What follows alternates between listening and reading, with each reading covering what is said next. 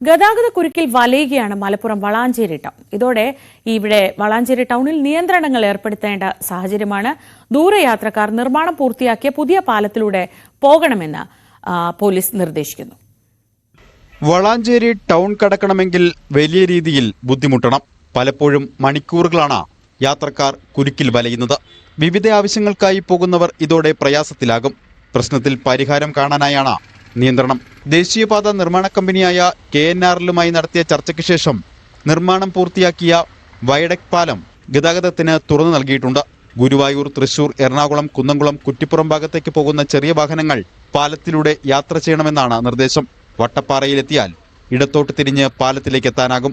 ദേശീയപാത പണി ഏകദേശം കഴിഞ്ഞിരിക്കുകയാണ്. മേൽപ്പാലം വയഡക്റ്റ് ആയിട്ട് എഞ്ചിനീയേഴ്സുമായിട്ട് ബന്ധപ്പെട്ട് നമ്മൾ സംസാരിച്ചു.